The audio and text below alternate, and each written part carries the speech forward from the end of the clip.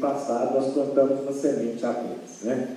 Começou lá em São Paulo com os movimentos do Passe Livre, depois aqui em Belo Horizonte, não sei se vocês lembram, mas no dia 17 teve uma primeira manifestação contra a Copa, que era a abertura da Copa, era o jogo do Rio. Aqui em Belo Horizonte, a gente teve um seminário nos dias 15, 16, aliás, nos dias 14 e 15, na Faculdade de Arquitetura, na Savas. No dia 15 teve uma copelada, que é uma copa de rua, que acabou virando uma manifestação, né, porque os movimentos que lutam pelo meio passo, pelo passe livre na cidade, fizeram contato com o Copac, se juntaram.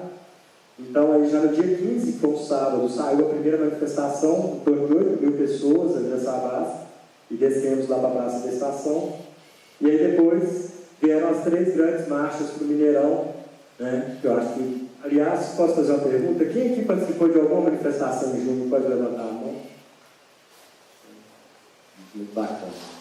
Então, aí, só fazendo essa retrospectiva, né, nós tivemos 3 grandes marchas para o Mineirão, uma no primeiro jogo, dia 17, outra dia 22 e outra dia 26. E essas 3 marchas, elas têm uma coisa muito interessante, que eu vou contar, que eu tenho certeza que vocês não sabem. O Ministério Público está investigando, e até agora ninguém sabe, não se sabe, quem deu a ordem para dispersar as manifestações. Olha que interessante.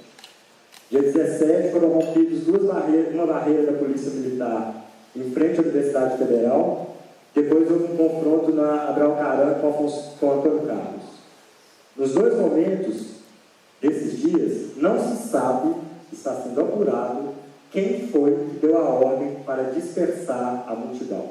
Assim também como no dia 22, e aí no dia 22 teve um uso excessivo da força, que tem um inquérito muito grande para investigar, né? Foi quando o Candeirão sai do Mineirão e vem até a Praça 7, atirando bombas e balas de borracha nas pessoas, inclusive muita gente que não estava na linha de frente, muita gente machucada, ferida, num ato totalmente sem noção, né?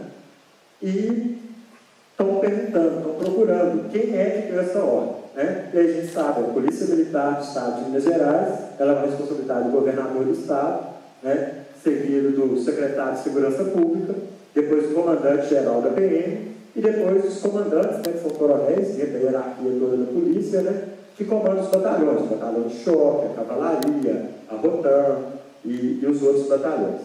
Então, fica um jogo de empurra. Foi o comandante fulano que falou. Não, mas o comandante do batalhão de choque já tinha dado a ordem. Não, mas ele deu a ordem porque o batalhão da cavalaria avançou naquele momento, então ele precisava... Não, mas foi porque o batalhão de choque...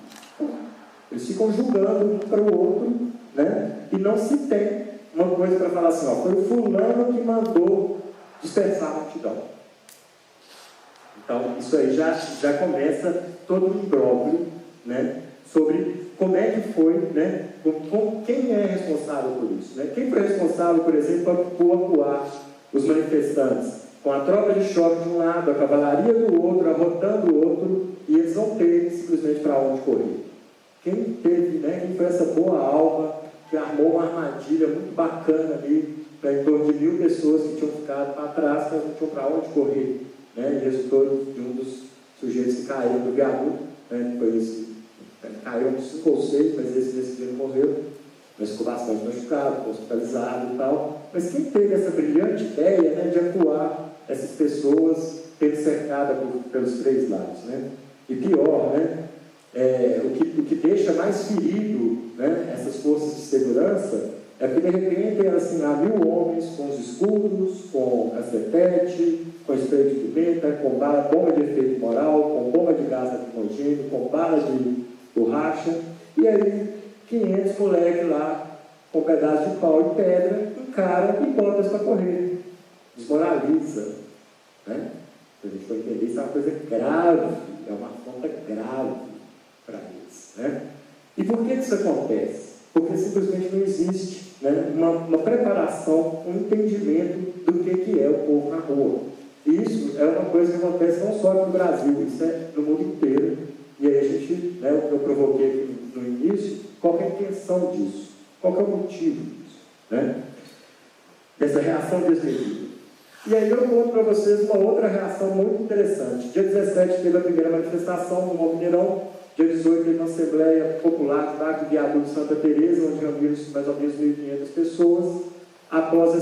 Durante essa reunião já sabíamos que tinha uma outra marcha andando pelo centro da cidade, tinha saído da Praça 7. E essa marcha passou em algum momento em frente à prefeitura. Quando 4 ou 5 pessoas começaram a depredar a prefeitura, essa marcha se retirou e foi para a Praça 7. Nesse momento estava acabando a reunião debaixo do viaduto e nós subimos em direção ao Afonso Pena. Quando uma pessoa que é próxima até de vários movimentos chegou falando: olha, a prefeitura está sem segurança, a prefeitura está sem guarda municipal, vamos entrar lá e vamos quebrar a prefeitura agora, vamos lá. Só que, gente, outra coisa que a gente tem que intenção das falas: não existe manifestação pacífica. Manifestação é um ato de contradição do Estado, é um ato de pressão. O que a mídia quer fantasiar, né, para poder separar os manifestantes bonzinhos, de bem, pacíficos, dos manifestantes malvados e tal, isso tem uma intenção também. Então, não existe manifestação pacífica. Isso é uma criação midiática para nos colocarmos num outro lugar. Então, houve essa proposta: vamos para a prefeitura. Aí algumas pessoas foram à frente, chegaram até a porta da prefeitura, viram o que estava acontecendo, voltaram correndo mesmo, e falaram: vamos para a Praça 7, ninguém vai para a prefeitura. E aí fomos todos para a Praça 7. Né? Aí, já tinha umas 1.000 pessoas na Praça 7, chegamos lá mais 1.500 pessoas, foi uma manifestação lá que durou até umas 10, 11 horas da noite.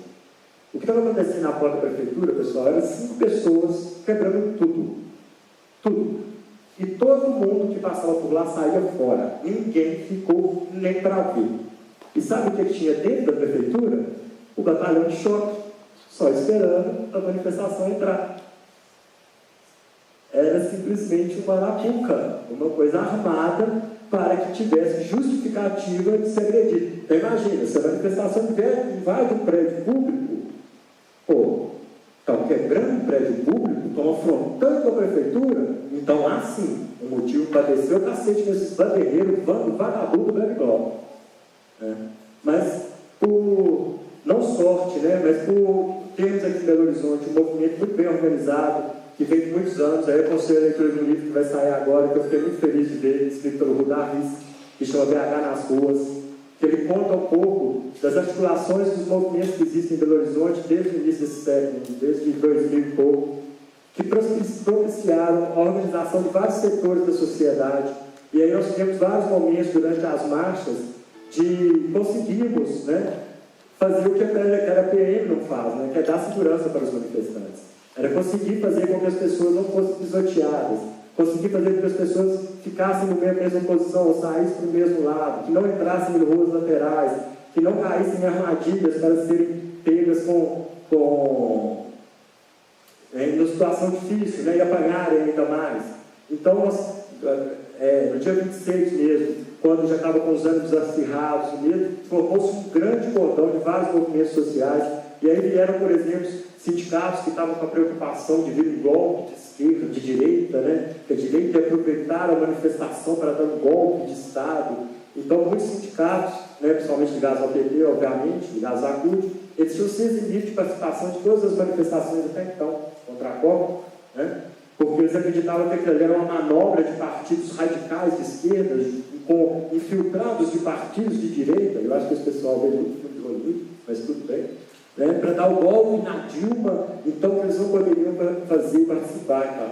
No dia 26, eles procuraram os movimentos que eles conhecem todos, juntaram-se diversos sindicatos e fizemos uma grande corrente, né, uma onda vermelha, né, contra, obviamente, essas possibilidades, ou essa coisa que se falava muito, né, de um golpe de direita no Estado. Então, a intenção nas coisas, eu tenho dito. O boato de que as manifestações iam voltar-se contra o governo e ter um golpe de Estado era por um motivo, claro, de estimular as pessoas de esquerda a ir nas ruas. Porque, pelas marchas da família, ou quem foi nas manifestações e viu as atuações das pessoas mais de direita, sim, eu acho que isso está melhorando, está mudando um pouco, sabe? Porque é, para mim, mínimo irrisório. E, apesar que eu defendo o direito de participar também Eu acredito que todo grito, por mais alienado que seja, ele é muito importante, porque a partir dele é que outras coisas se desdobram, né? Quando os coxinhas começavam a querer pegar os pichadores que estavam escrevendo nos muros lá a frase anti-copa, anti-governo, anti-capital, uma grande massa começou a gritar: pode pichar sem dó, violência ao outdoor.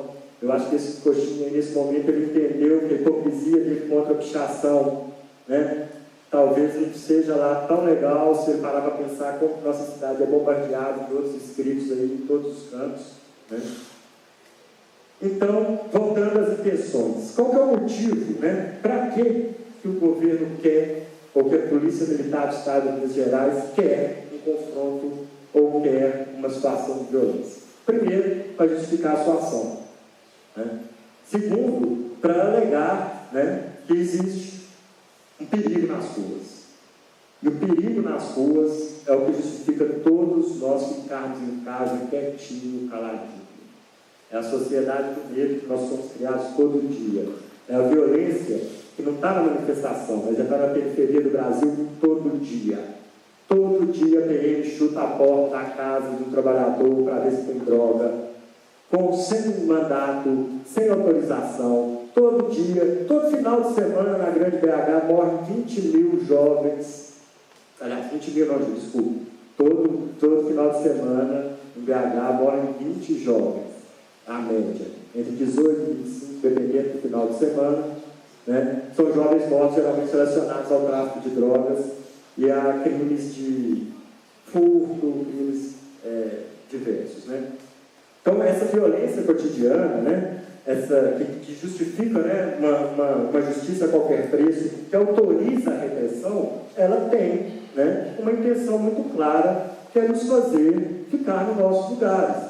Hoje, se teme o que vai vir em julho, claro que aí você faz com que as pessoas não saiam de casa, as pessoas ficam com medo de se manifestar, né? A intenção maior de uma grande repressão, de dizer que existem infiltrados, de dizer que existe violência, de dizer que a violência é isso e aquilo, é nos tirar da rua. Porque a partir do momento que o povo está na rua, as mudanças acontecem.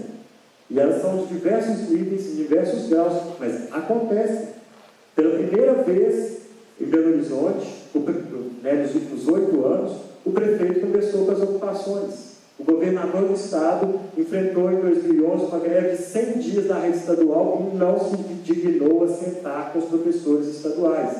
Depois da manifestação de junho, ele sentou com o professor, com o estudante, com sem casa, com sem teto, com todo mundo, fez mesas de negociação, né? Obviamente o processo é lento, né? Algumas vitórias, né? Que a Feira do Mineirinho, por exemplo, que conseguiu ontem são 2 processos, um lugar para ela funcionar durante a Copa e outro um edital para ela funcionar pós-Copa, né? Que é uma vitória que até então, antes das manifestações de junho, não tinha um diálogo algum com o governo. Assim nós temos as ocupações hoje na cidade, que até no mês de junho eram mais ou menos 2 mil famílias que estavam saindo do aluguel. Hoje são quase 10 mil em toda a região metropolitana, né? E as trancos e barrancos conseguiram um diálogo, com medo de despejo, mas conseguiram conversar também, tanto é que elas estão se resistindo até agora. Se não fosse o Senado de junho, elas não estariam aí, né?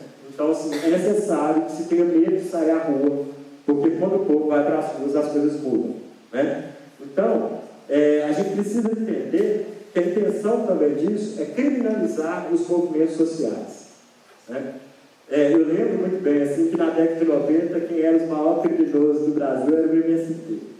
Tinha uma manifestação do MST, os bandeireiros vão quebrar tudo, fecha o comércio, fecha o banco, porque eles estão chegando aí e vão botar o terror. Agora o MST não está fazendo marchas tão grandes, então ações, né, mais diretas tão grandes, né?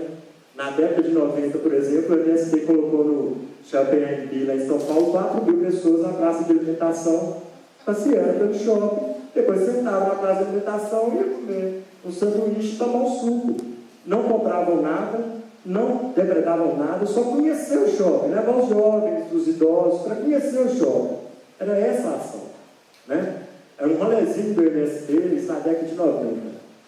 Isso causava um pânico na sociedade, fechava as lojas e tudo, um terror. É o medo do pobre, né? É o medo do povo na rua. né? E, então, não teve uma loja quebrada, não teve nada furtado, não teve nada. Simplesmente a presença dos excluídos no gueto da sociedade de consumo, que é o shopping, né? Então, isso precisa ser criminalizado. Já pensou se o MST tivesse fazendo isso até hoje? Né? Ou quando os jovens se reúnem, os jovens que têm poucas opções de lazer e tal, e vão para um shopping com grupos de 50, 20, 30, sei lá, né, o tamanho da turma, mas entram para o shopping, por que isso tem que ser criminalizado? Por que tem que pensar leis para inibir os rolezinhos? Né? Por que nós precisamos agora do governo, que para mim não passa essa questão dessa lei do terrorismo aí, não passa de pressão psicológica, assim como as pessoas aqui no Horizonte estão sendo intimadas, né? Porque se uma lei dessa é aprovada, ou se as pessoas estão sendo intimadas, começam a realmente ser presas, eles vão conseguir levantar a população num grau de revolta muito mais forte, e eles sabem disso, né? Então, na verdade, eles trabalham muito com a questão psicológica, e a gente precisa estar atento a essas intenções, né? Atento ao que está por trás de diversas posturas e diversos discursos. A minha intenção com essa palestra aqui, com essa palestra não, né, com essa fala aqui, é dizer o seguinte: vamos continuar nas ruas. Não é tempo para ficar com medo, não é tempo para acreditar que tudo vai ruir, que a nossa democracia vai acabar porque está tendo manifestação de rua.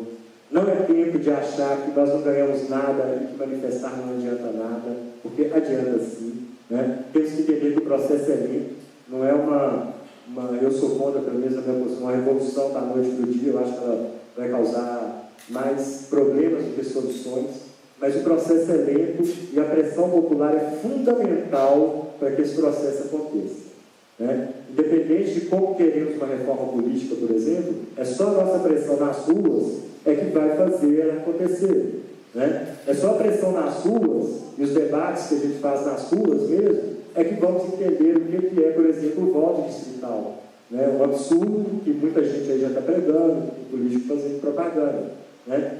Eu vejo que muitas vezes as pessoas se encontrando nas ruas, na Assembleia Popular que acontece aqui no Belo Horizonte, nas reuniões dos movimentos sociais, é onde acontecem os debates e os entendimentos de vários outros assuntos além desse. Então, pessoal, minha intenção aqui é chamá-los para continuar nas ruas e continuar manifestando. Muito obrigado.